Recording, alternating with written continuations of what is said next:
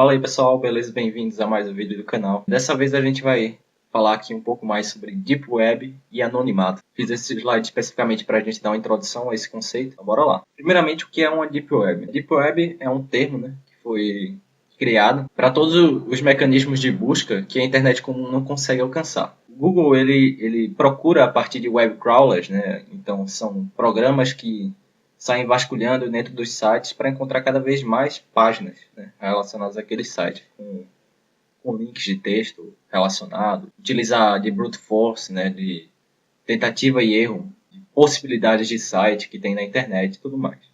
Acontece que esses sites eles são encontrados pelos mecanismos de busca justamente porque eles estão dentro da World Wide Web. Estão cadastrados lá como www.talsite.com.br ou algo do gênero.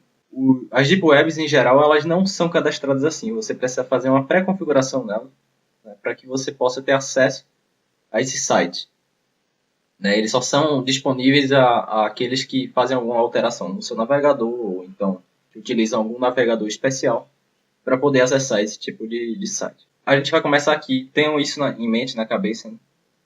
Você pode estar pensando assim, como assim? Eu ouvi falar que Deep Web tem aquelas coisas de venda de arma, venda de droga, enfim. Eu vou falar aqui um pouco mais sobre isso daqui e vocês vão entender melhor o quanto eu for passar os slides. Mas tenham em mente que essa é a conceituação de Deep Web. Então a gente tem aqui um pouco sobre os casos de sites que não são listados pela internet comum, que são páginas com endereço HTTP alterado, Um link funciona durante 2 meses e depois para de funcionar. E o site passa a ser hospedado em um outro site. Os links tendem a expirar. Sites que proíbem rastrear IPs, utilizando CAPTCHA, que seria marcação, Você tem que ir lá e clicar para poder dizer que você é um humano que está fazendo aquele scan. Isso daí também pode ser considerado sites que não são encontrados, então talvez sejam Deep Web também. Sem cache e sem entrada robots.txt, que é uma tag assim, de texto para se comunicar com esses crawlers, para dizer para eles não rastrearem, não listarem tais páginas do site, tá certo? Então, sites que não têm cache ou entradas robots.txt também podem ser considerados Deep Web, Sites privados, sites desvinculados, à rede, enfim, vários outros sites aí que, de certa forma, são considerados Deep Web. Mantenham isso em mente primeiro. Deep Web é isso daqui. Uma outra coisa que você pode ter ouvido falar sobre a Deep Web é o mito das camadas, A Deep Web ela não é dividida em camadas, tá? Não é feito um iceberg aí, como o pessoal fala. Antigamente a gente tinha esse conceito porque não sabiam mensurar o que era exatamente a Deep Web, a gente não tinha uma boa informação disso. Mas hoje em dia, com o passar do tempo, que o pessoal foi vendo mais, a gente consegue mensurar melhor o que é a Deep Web. Isso que eu falo hoje em dia, eu quero dizer, hoje em comparação com 5 anos atrás, alguma coisa assim, a gente não tinha muita ideia disso. Mas a Deep Web ela não é formada como isso daqui, tá? Ela não é um iceberg. Não é como se você tivesse um certo estágio e vai para outro estágio. São apenas redes. A gente fala de redes desconexas. Então, a Deep Web ela é formada por várias redes. Tem a rede .onion, tem a rede Freenet. Eu vou falar um pouco mais sobre elas. Mas é isso que você tem que entender. Ela é como se fosse uma teia. Entendeu? Tem vários tipos de rede. Quando você bloqueia certas conexões, você pode ter acesso a essas redes e receber informação delas. Mas não significa que você esteja de um nível de rede mais fraco e vai para um nível de rede mais baixo e cada vez mais vai ficando pior. Isso é apenas uma análise conceitual. Levem esse conceito do iceberg como uma análise conceitual de quanto de conhecimento você precisa ter para acessar essas outras redes, certo? Então, na Surface, qualquer pessoa comum consegue acessar. Mas quando você vai entrando na Deep Web, vai percebendo que você vai lidando com redes diferentes e tal. É apenas como um nível, tá? Outra coisa é que eles falam sobre o conteúdo, porque a internet normal tem só 4% do conteúdo, ou só tem 10% do conteúdo. Isso também não tem como mensurar, tá? Tem várias redes de web.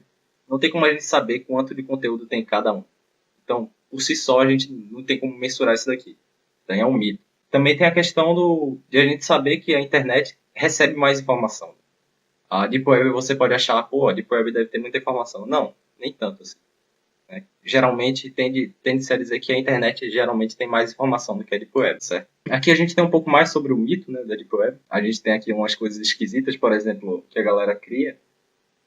Uns conceitos assim, ó. Atrás do sétimo proxy, né, a gente tem aqui o nível, a Surface Web, né, a Web Média, a Deep Web, aí tem a Dark Web, tem a não sei que lá Web, eu não sei que porcaria é esse daqui, mas o pessoal inventa muita coisa. Não funciona exatamente dessa maneira, tá certo? A gente vai entender melhor aqui. A gente tem aqui também uma classificação de gamer, né, que a galera faz, umas coisas aí que eles fazem, que eu não sei exatamente porquê. São apenas mitos populares, mas a gente vai entender melhor. Para a gente entender a Deep Web, a gente tem que entender uma coisa fundamental. A gente tem que lembrar da criação da internet. A internet ela foi criada como uma rede de comunicação entre faculdades. Tinha uma organização, uma faculdade que queria transmitir informação para outra. Eles utilizavam a internet para isso. Eles começaram a criar protocolos de internet, começaram a formar o que a gente chamaria de internet hoje. E essa internet primária, né, que não era a World Wide Web ainda, mas utilizava conceitos parecidos, ela funcionava de um jeito linear, né? Ela tinha uma informação linear. Você queria sair de um ponto para chegar a outro e você ia passando pelos cabos, pelos fios, né? Todas as comunicações, inclusive telefônicas, para você chegar até a outra instituição, a outra faculdade. Sendo que a gente tem que lembrar que naquela época a gente estava tratando da Guerra Fria, né? Então, o que o exército americano viu de vantagem nisso era em utilizar essa internet, né, para transmitir informações complexas. A gente tem que lembrar que o conceito da internet surgiu para a gente poder transmitir documentos a partir de rede. Então, antigamente, o que eles poderiam fazer? Eles poderiam transmitir mensagem de voz via rádio, né? Eles poderiam mandar sinal código Morse, coisas assim, mas nada muito complexo. A internet, esses conceitos iniciais da internet permitiram que eles transmitissem documentações mais complexas via rede, tá certo? E de maneira mais comum. Eles poderiam utilizar os computadores, eles poderiam transmitir informações complexas sobre bases ou sobre administração do exército americano, enfim, várias coisas. E uma coisa especial que eles precisavam era de uma internet para transmitir informações de maneira irrastreável. E aí por isso surgiu o conceito da internet peer-to-peer, uma internet descentralizada, que eles não tinham como acessar um determinado servidor, um determinado núcleo, né, de recebimento daquelas informações. Então, se os russos atacassem os americanos, eles não iam ter essa vantagem de conseguir fazer isso. E, além disso, eles poderiam transmitir informações, inclusive, para espiões, né, em outros países. A partir de toda essa conceituação, começaram a criar esse sistema de internet descentralizado. Mais recentemente, começaram a organizar um projeto, né, de código aberto, visando trazer liberdade de comunicação e trazer essa conceituação da militar para a população. Eles viram a possibilidade de utilizar esse tipo de internet para a população em geral, para que aquelas pessoas que moravam em países autoritários, né, ditatoriais, que não têm liberdade de expressão, essas pessoas possam se comunicar. Enfim, para você ter uma rede descentralizada que não necessita do governo em si para transmitir informação e que fosse irrastreável. Então, o objetivo do Tor foi esse. Ele é um software de código aberto, quer dizer que você pode analisar o software e ver o que está executando ali dentro. Promete anonimato na sua comunicação. A gente vai entender um pouco melhor o que é esse conceito de anonimato. Permite navegação segura e rastreável, né? Não necessariamente irrastreável, mas com uma possibilidade de rastreamento ínfimo, tá certo? E possui um conjunto de ferramentas que garante uma privacidade ao usuário. Então, esse era o objetivo do Tor. E aí, o que acontece? Ele transmite essas informações a partir de rede, sendo que ele é um software. Ele é um software que tem diversos roteadores autônomos no mundo, ajudando essa rede desse software a funcionar. O seu tráfego ele vai sair da sua casa e, ao invés de ele passar por todos os servidores comuns da internet, passíveis de serem rastreados, até chegar ao seu site e voltar a informação para você, ele vai embaralhar essa informação nos servidores do Tor, para ele poder transmitir novamente para você. A gente vai entender um pouco melhor isso daí, mas é basicamente isso. O Tor é um software de anonimato, certo? E segurança na rede, que surgiu por volta da década de 2000. E aí, junto com ele, surgiu o Tor Browser, que é o navegador que a gente usa para utilizar o Tor. É um outro software que serve como facilidade para o acesso do Tor, sendo baseado em Firefox. A gente tem aqui alguns exemplos de Deep Web. Bom, pessoal, aí o que acontece? O Tor ele serve como um software de auxílio às Deep Webs, né? Então, se você quer ter uma rede na Deep Web, uma rede Deep Web, né, de conceituação Deep Web, você simplesmente pode utilizar o serviço do Tor como auxílio para o seu anonimato, tá certo? Dentro dessas redes, ou para fornecer acesso à rede Onion, né? .onion, que é justamente... Onion significa cebola, tá certo? É justamente o símbolo aqui do Tor. Tá? Então a rede Onion é baseada em Tor. Tá? E a gente tem os exemplos da Deep Web. A primeira rede que eu falei agora é a rede Onion, né? Que utiliza o sistema do Tor. A gente tem outra rede aqui que é a Freenet, né? Ela utiliza um sistema um pouco diferente, mas você pode utilizar inclusive o Tor para mexer nela, certo? A I2P e a ZeroNet, certo? São alguns exemplos aqui mais comuns que a gente ouve aí falar de alguns canais no YouTube também, já falaram bastante sobre eles. Mas de forma geral é isso. Aí a gente tem a rede .onion. Então, o que acontece? Vocês já entenderam aqui que o objetivo dessas redes é fornecer anonimato. Quem é que precisa de anonimato? Muitas pessoas querem anonimato. E um desses objetivos que podem trazer ao anonimato, uma coisa boa que esse anonimato pode trazer, é justamente isso daqui. É a Wikileaks, certo? O site da Wikileaks. Então, eles vazam muitas informações sobre governos, né? Então, sobre casos de corrupção, casos de coisas que estão debaixo dos panos, né? Dentro dos governos, das instituições, ou empresas poderosas, né? Então, eles conseguem vazar informações pela Deep Web e, a partir desse vazamento de informações, eles permitem, o Tor, né? Permite um anonimato quase completo a quem se dispor a fazer isso. Então, uma das vantagens da Deep Web é justamente isso. Você ter a liberdade de expressão, de poder falar sobre os podres de um governo, né, sem ser impedido. Você não vai ser bloqueado. Na internet você facilmente seria bloqueado e seria encontrado. Então, provavelmente o governo ia lá e ia te prender, né? Mas, pelo bem da população, você poderia fazer, divulgar, por exemplo, uma informação sobre algo que o governo está fazendo de ruim para a população, né, pela própria Deep Web, tá certo? O governo não tem um controle bom. Na verdade, o governo não tem controle sobre a Deep Web. Não vou dizer que é impossível ser rastreado na Deep Web, mas é muito difícil do governo conseguir encontrar quem vaza essas informações na Deep Web, principalmente na rede Onion.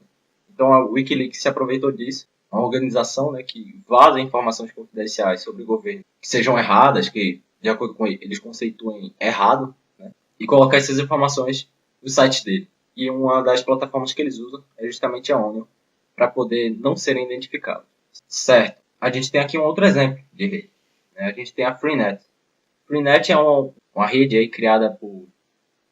até mesmo como um teste, né? Uma rede P2P, né? Peer-to-peer também.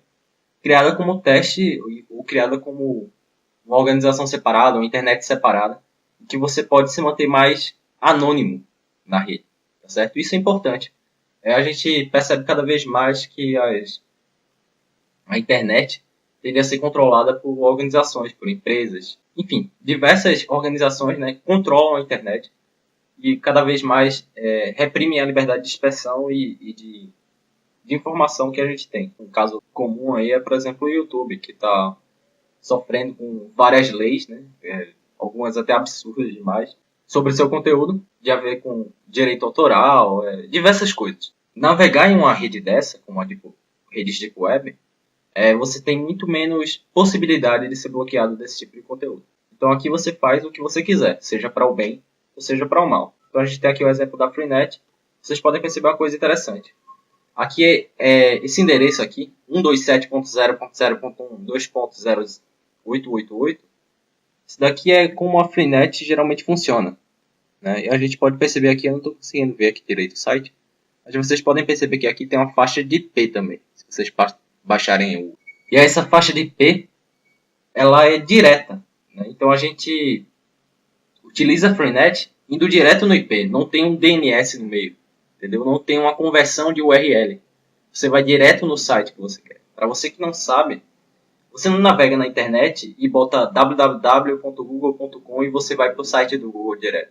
Você tem que transformar aquela informação em um IP.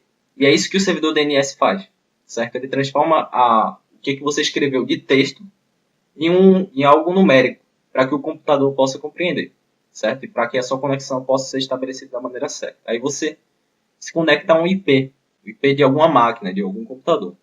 E é justamente isso. A Freenet, a conexão dela é direto com o IP. Não tem um DNS no meio, certo? A gente tem aqui, por exemplo, a I2P, que também funciona com... Todas essas redes aqui você tem que fazer uma certa configuração no seu navegador para utilizar, tá? E aí, a I2P também não pode ser classificada e tal. E ela tem esse funcionamento. Não vou falar tanto sobre ele.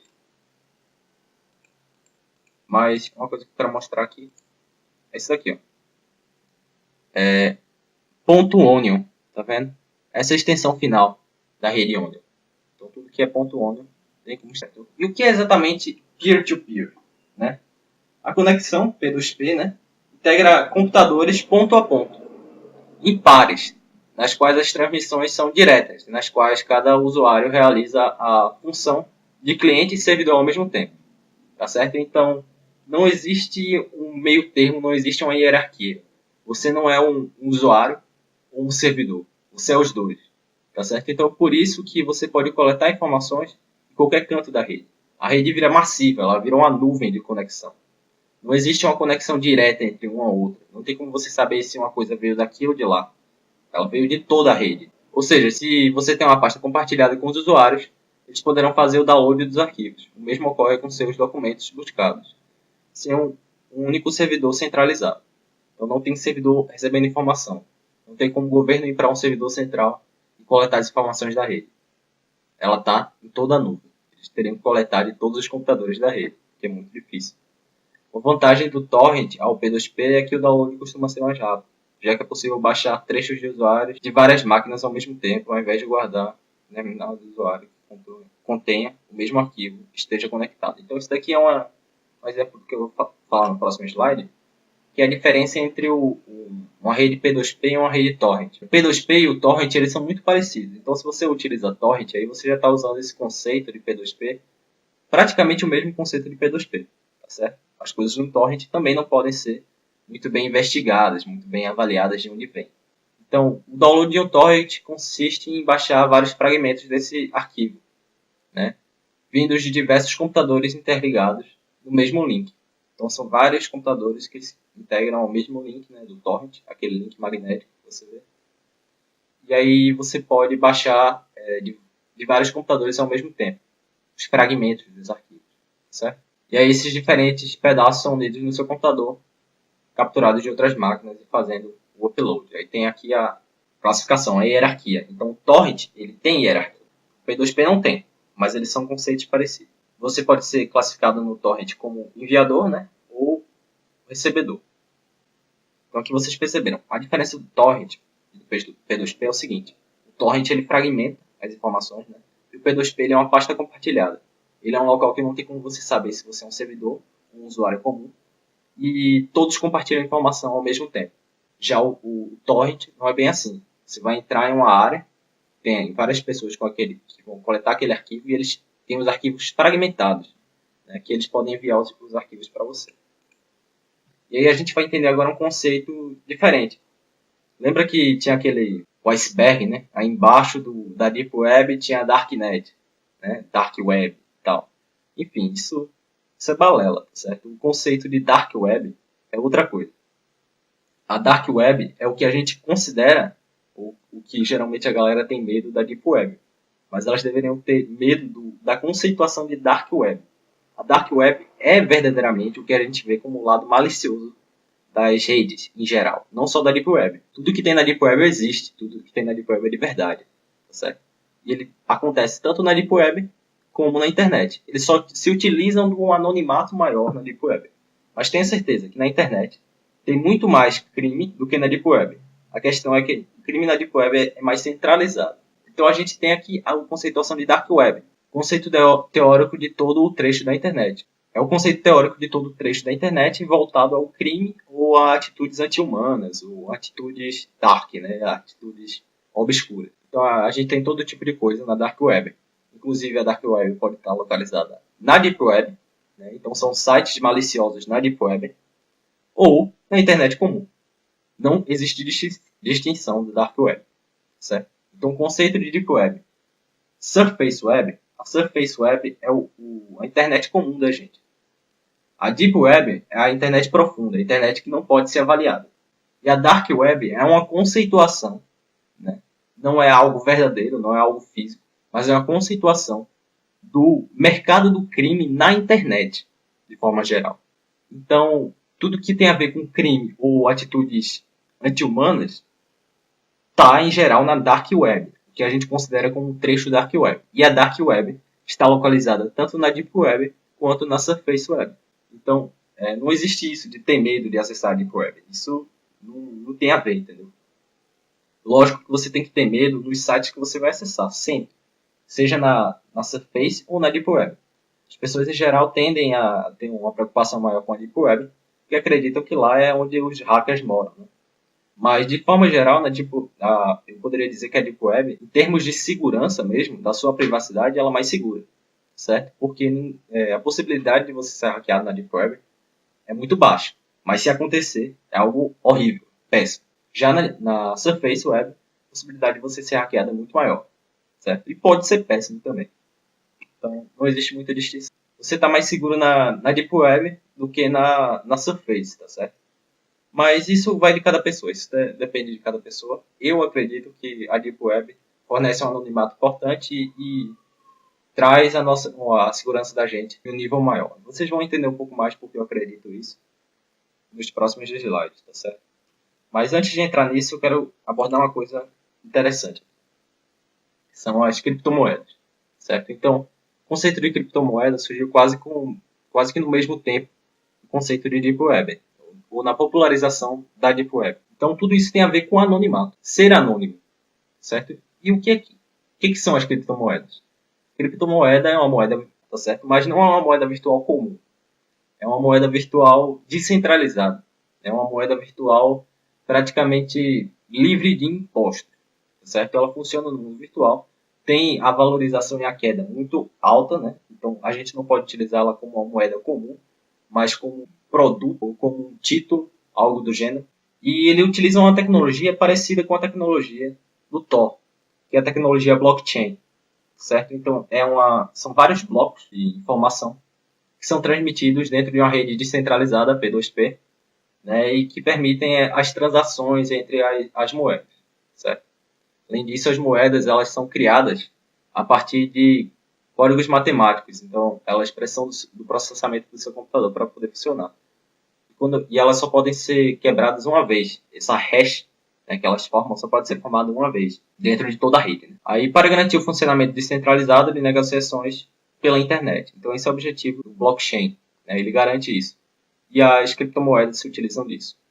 A primeira criptomoeda que surgiu foi o Bitcoin, criado em 2009 por um programador, ou grupo de programadores. Então, isso daqui é interessante. A gente não sabe quem criou as criptomoedas, certo? É alguém anônimo. Então, você pode perceber que ele se utilizou bastante das novas tecnologias, das novas conceituações de segurança, né, e da revolução do anonimato que surgiu. Inclusive, ele criou as criptomoedas e ele permaneceu anônimo, certo? Ele não se apresentou mais. E ele é apenas conhecido como Satoshi Nakamoto. É interessante esse negócio de Satoshi aqui, porque Satoshi é uma subclassificação dos bitcoins, tá certo? Ou das moedas virtuais em geral. É como se fosse uma milionésimo de bitcoin, parece, é equivalente a um Satoshi. Aí, enfim, o objetivo da blockchain é justamente acabar com os impostos, ou o que ela é mais usada é para isso, certo? Blockchain e as criptomoedas. As criptomoedas são representadas por um código protegido por criptografia. Na verdade, é um código mais por hash. Criptografia e hash tem uma certa diferença, que é muito difícil de ser alterado. Verdade, você tem que hackear toda a rede, né, e ela altera a cada 10 minutos. Então, é muito difícil isso acontecer. É praticamente impossível. Seria catastrófico se acontecesse, mas é inviável. É uma coisa absurda. Assim. É uma coisa que você demoraria séculos para fazer. Entendeu? Ou milênios, não sei mensurar, mas é algo absurdo, algo realmente difícil. Tá? Por serem descentralizados, podem ser transmitidos de uma pessoa para outra. Então, pode ser feitas transações de uma pessoa para outra. Sem a intermediação de um banco. Então, quer dizer que o banco ele não vai cobrar taxas, ele não vai garantir seu dinheiro. Não tem mais a transação pelo banco. A transação é feita de pessoa para pessoa. Acabou o banco. É basicamente isso que as criptomoedas propõem, certo? Lógico que os bancos ainda não acabaram, mas é com certeza uma revolução e é uma contracultura aos bancos, verdadeiramente. É um mercado completamente diferente, completamente novo. Logo, elas não possuem regulamentação, tá? Elas só funcionam dentro da rede. Lógico, é muito difícil de ser hackeadas as informações dentro dela, mas elas só funcionam assim. Elas não precisam do intermédio do banco, só protocolos. Aqui, interessante, ele falou aqui, blockchain funciona como um intermédio entre essas transações que são feitas das moedas. Então eu falei para vocês que ela é descentralizada. Né? Ela é descentralizada e ela é anônima. Mas o que não é anônimo é a sua transação. Então, todo mundo pode ver quais são as transações que estão sendo feitas e os valores delas pelo blockchain. Só não podem rastrear, não podem determinar que foi de fulaninho para outro fulaninho. É só se alguém souber a numeração da sua carteira. Certo, aqui a gente vai falar um pouco sobre anonimato. Eu falei bastante de anonimato aqui, segurança e tal, mas o que é exatamente o anonimato? Isso é uma coisa importante a gente saber, porque as pessoas se confundem, acham que anonimato é exatamente segurança. Perceba que eu falei anonimato e segurança. Eu tinha falado isso. Anonimato e segurança. Então são duas coisas diferentes. Tá? Mas são coisas que se complementam de certa forma. O anonimato é o ato, eu escrevi aqui errado, tá? O ato de ocultar na escuridão da internet. Então você vai ficar anônimo na internet. Você não vai poder ser reconhecido ou dito quem fez tal ato ou quem é tal pessoa. Entendeu? Você é apenas um usuário. Então é como se toda a população mundial virasse usuários. Todos respondem pelo mesmo nome. Não tem como você saber se fulaninho de tal fez tal coisa, né? Ou qualquer outra coisa do gênero. Não tem como você ligar uma pessoa a um ato. É basicamente isso o anonimato. Ele funciona junto com o Tor, né? Embaralhando suas informações. Então, bora ver aqui um pouco mais. Uma ligação direta entre uma ação responsável pela ação, certo? Então, como eu falei, você não tem como ligar a pessoa ao ato que ela fez. Se ela hackeou alguma coisa ou se ela vazou informação. Ou então, se ela fez algum crime. O anonimato na Deep Web e na internet depende do quanto de informação que a gente deixa disponível sobre nós. Então, não adianta você... eu quero ser anônimo na internet. Você não pode ser 100% anônimo em todas as coisas. Em geral, a gente tende a colocar informações nossas na internet a partir de redes sociais, sites. Tem como saber quem você é na internet, só não tem como saber se você realizou tal ação, se você se utilizar do anonimato. Logando em contas, tem como saber informações. Então, o anonimato é algo exclusivamente nosso, tá certo? Só nós podemos garantir nosso anonimato. E a partir do anonimato, a gente pode tentar ser mais anônimo. Você não pode ser 100% anônimo, claro. Mas você pode tentar ser mais anônimo nas suas ações futuras, né? Utilizando ferramentas para isso, como o Tor, né?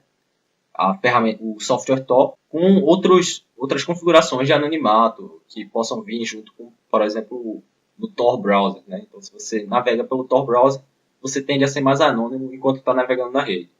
Se você divulgar menos informação sua, você tende a ser mais anônimo sobre quem é você. Por que é importante o anonimato? Né? Aí aqui é interessante.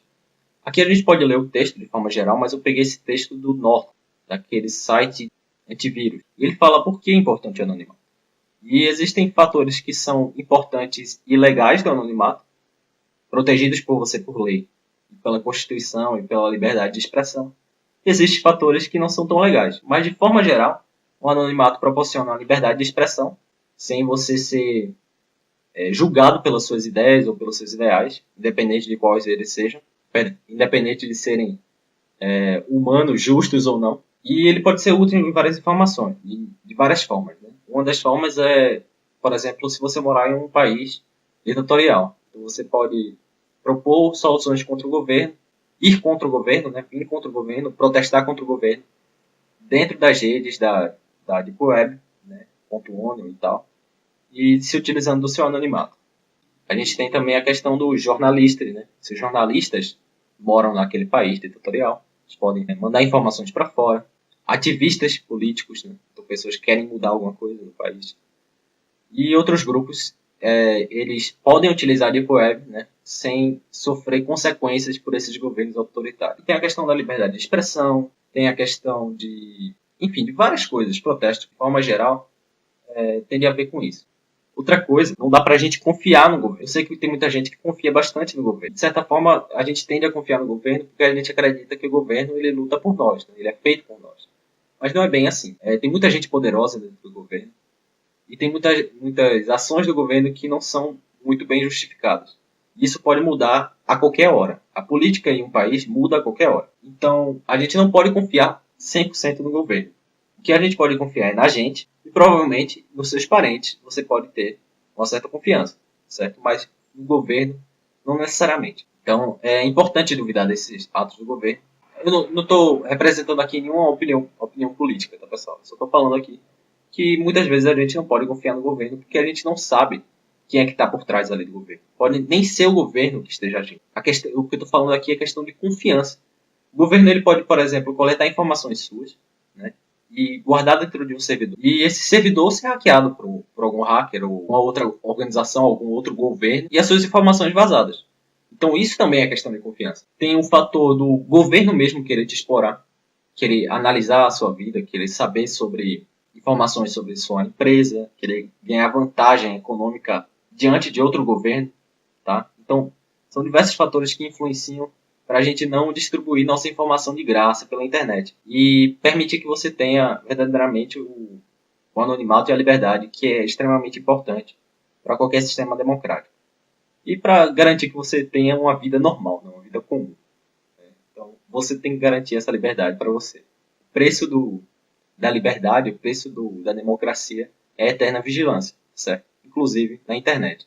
Então a gente tem aqui um bom exemplo de quebra de anonimato por parte de empresas, do governo, né, ou ações políticas, que os governos federais podem vir a abusar do seu poder e dinheiro, né, para infringir direitos e a liberdade das outras pessoas. Basicamente isso. O anonimato no mundo hacker. Né? Então, para que os hackers utilizam o anonimato? Isso é importante. A gente está falando sobre, de forma geral, esse canal é voltado ao público hacker, né? O conteúdo voltado mais ao conhecimento hacker. Então, os hackers podem utilizar o anonimato nas ferramentas deles. Então, nas ferramentas de ataque, nas ferramentas de scanning, né? Ele pode utilizar o anonimato para ele não ser atribuído o scanning que ele está fazendo de uma porta a outra a ele. Né? Então, ele vai receber as informações sem que ninguém saiba que é ele que está coletando as informações, sem que ninguém saiba o IP daquela conexão. E também pode ser utilizado para esconder de ameaça, depende do tipo de hack que a gente está falando. Pode ser um hacker ativista, por exemplo. Ele hackeia um determinado site e vaza as informações desse site, seja para o bem ou para o mal. Ele quer se manter anônimo daquilo, ele não quer ser associado àquilo ali. Então a gente tem aqui, por exemplo, as ferramentas, né, que eu falei. E a gente pode citar, por exemplo, o Nmap e o SQLMap, que podem ser utilizados da rede Tor para fornecer maior anonimato para você. E agora a gente vai falar de uma coisa interessante que surgiu no começo dessa década. Né? A gente está em 2019. No começo dessa década surgiu o grupo Anonymous. Né? É um grupo que lutava aí contra algumas desordens que tinha na sociedade, de forma geral. E eles diziam que lutavam em prol da sociedade. Certo? Até hoje dizem, até hoje existe uma conceituação do que é os anônimos. Certo? O grupo a gente não pode 100% dizer que existe, mas a gente pode dizer que os anônimos, de forma geral, se espalharam pelo mundo, porque qualquer um que queira ser anônimo, né, pode entrar para o grupo. É meio que isso. Eles não são um grupo centrado. Eles são um grupo, eles são uma causa. Né? Eles se dizem como uma causa. Se você procurar mais sobre os anônimos, que você vai entender melhor isso. Mas o anonimato, né, no mundo hacker se popularizou no começo dessa década. Né? E se popularizou principalmente pela difusão desses conceitos pelo grupo Anonymous, tá certo? Que utilizavam hackers como meio de protesto social. Passaram a utilizar. A gente tem aqui, por exemplo, o caso da Scientologia. Vocês sabem o que é Scientologia? Scientologia é meio que uma organização, uma seita religiosa, tá certo? Então eles são uma seita religiosa E os anônimos dizem que eles não são, que eles são, na verdade, exploradores. A cientologia explora as pessoas que entram na fé dele, na igreja dele, para coletar dinheiro deles, se aproveitar da mão de obra deles, enfim, várias coisas. Eles podem trazer essas pessoas, capturar elas pela fé, né, e utilizá-las quase que em nível escravo, né? Quase como se as pessoas que vivem na cientologia devessem, de uma maneira absurda, a liberdade de expressão dele, a opinião, a religião, entre aspas, em si. A cientologia conseguiu o título de religião graças ao poder que eles tinham, conseguiram influenciar o governo americano. Então, eles podem conseguir o máximo de dinheiro possível para empresas deles, né? Inclusive explorando as pessoas, né?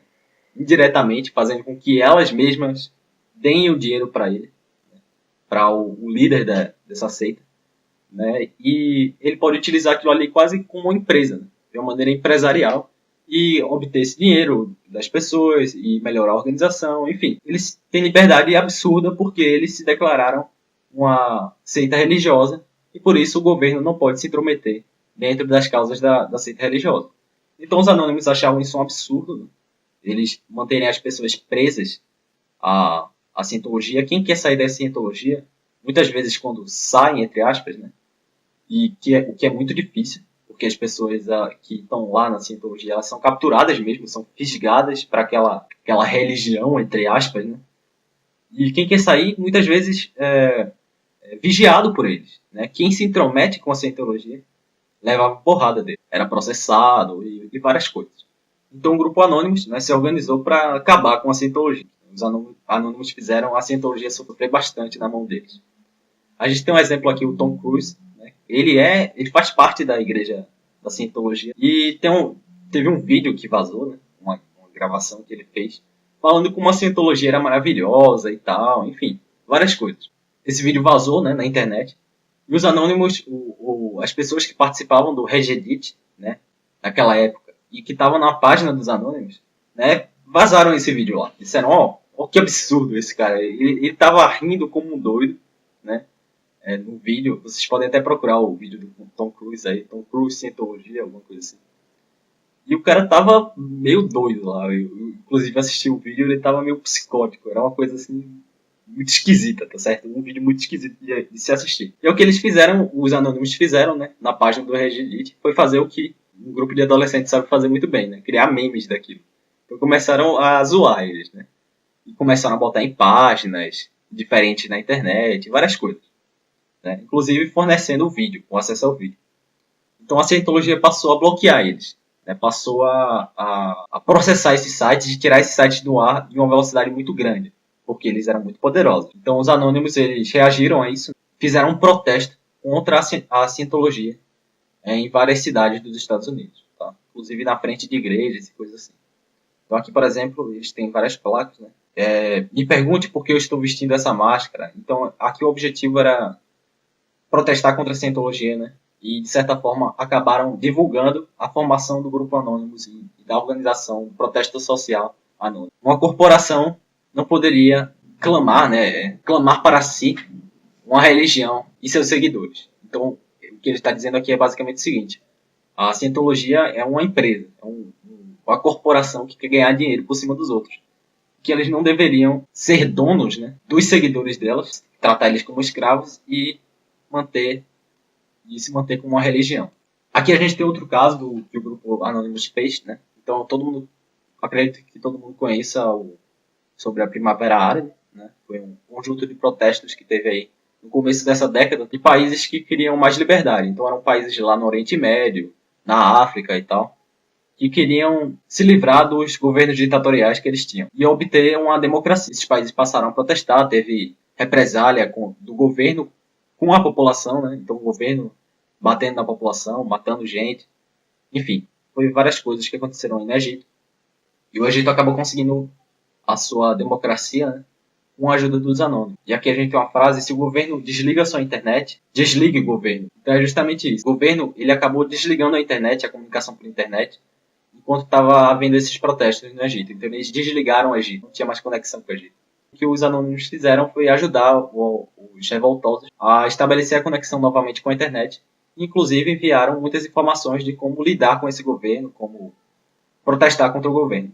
Enfim, eu não vou falar sobre causas políticas aqui, mas em geral foi isso que aconteceu. Foi dessa forma que os anônimos lutaram contra o governo ditatorial do Egito. A gente tem aqui um outro caso que não está exatamente ligado aos anônimos, mas meio que está. Até hoje os anônimos falam sobre esses tipos de coisa. Mas a gente tem um exemplo aqui de um site comum da Deep Web. Então a gente vai dar uma voltada aqui ao conceito de Deep Web.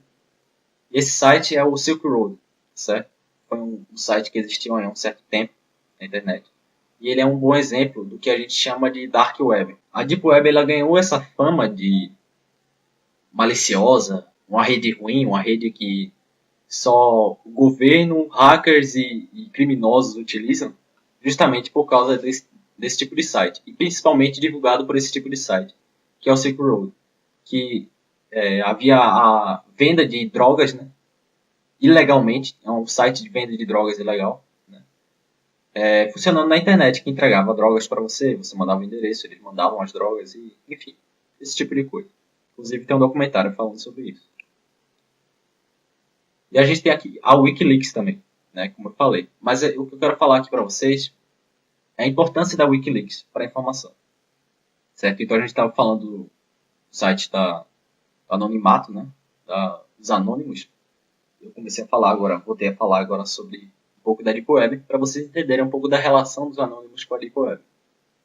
Uma dessas relações é com a Wikileaks. Né? A Wikileaks ela é um site, foi um conjunto de dois hackers aí, passaram a pegar essas informações do governo e publicar na internet. Né? Informações confidenciais e informações que tinham a ver com as pessoas. Né? E aí a Wikileaks ela é importante para isso, ela é um sistema de informação livre. Ela não tem a capacidade de ser impedido facilmente pelo governo, governo de qualquer país, de qualquer organização. Eles não podem controlar o que a Wikileaks vai publicar ou não. Então, isso permite a quebra de anonimato do governo. Né? Permite a quebra de segurança, entre aspas, de coisas que a população deveria saber, mas o governo não divulga, porque eles querem manter seu custo, enfim, várias outras informações. É o Wikileaks funciona até hoje, tá certo? Inclusive na Deep Web. Você pode procurar aí um pouco, você vai achar ela na Deep Web. É isso. E aí a gente tem aqui o último caso que eu quero relacionar aos anônimos. Né? Os anônimos, inclusive, ajudaram a Wikileaks. Né? A Silk Road não soube necessariamente sobre isso, mas é um bom exemplo do que a gente falou sobre a Deep Web. Né? Aquele slide acabou ficando meio separado. O que eu quero falar aqui é o seguinte, a gente viu o caso de protesto dos anônimos, né? Eles protestam contra essa cientologia, ajudam o Egito a se libertar, a criar um regime democrático e apoiam a Wikileaks, inclusive ajudando de maneira informacional, né? Divulgando informações para a Wikileaks e tudo mais. Eles têm um certo apoio. E o último ato, né, o ato mais recente dos anônimos, foi a luta contra a pedofilia, certo? Que eles encontraram na mesma rede de Deep Web, a Onion, geralmente, principalmente a .onion, né, que tinha muitos casos de sites de pedofilia, o que é relativo à Dark Web. Tanto na Deep Web quanto na Surface Web, os anônimos lutaram contra a pedofilia. Inclusive, desligaram vários sites aí de pedofilia recentemente, certo? E aí, esse é o final que eu quero falar para vocês. O anonimato e as Deep Webs, elas têm a ver, na verdade, com liberdade. Então, a liberdade é tudo, pessoal. Vocês precisam ter liberdade de opinião, liberdade de expressão. E é por isso que a gente tem que valorizar a nossa democracia, valorizar tudo que foi batalhado para a gente conseguir até hoje. Eu acredito que falar de anonimato, não tem como você falar de anonimato sem falar de liberdade de expressão, sem falar de liberdade de opinião. E isso vale para qualquer situação, para qualquer ato político. Vocês botem primeiro a liberdade na frente, antes da sua conceituação de ideologia ou algo do gênero. Certo? A liberdade é importante. E a liberdade é importante, inclusive, para o hacker. Se você quer ser um hacker, você tem que colocar a liberdade na frente de tudo. Senão você vai ser apenas um criminoso ou você vai ser apenas um profissional de segurança. Certo? Mas se você quer ser um hacker, você precisa saber sobre a importância da liberdade e do anonimato. Então é isso, vou deixar esse vídeo por aqui. Se inscrevam no canal, deixem um like. Né? Inclusive, eu estou mandando esse canal e todos os vídeos dele para uma nova plataforma, né, chamada BitTube, tá certo? tô fazendo o upload do canal lá. Procurem saber um pouco mais sobre o VTube, é interessante aí. Principalmente para quem quer começar um canal, para quem quer saber como ganhar um pouco mais de dinheiro. É interessante o VTube, certo? Então, vou deixar esse vídeo por aqui, se inscrevam no canal, deixem um like. Valeu, falou!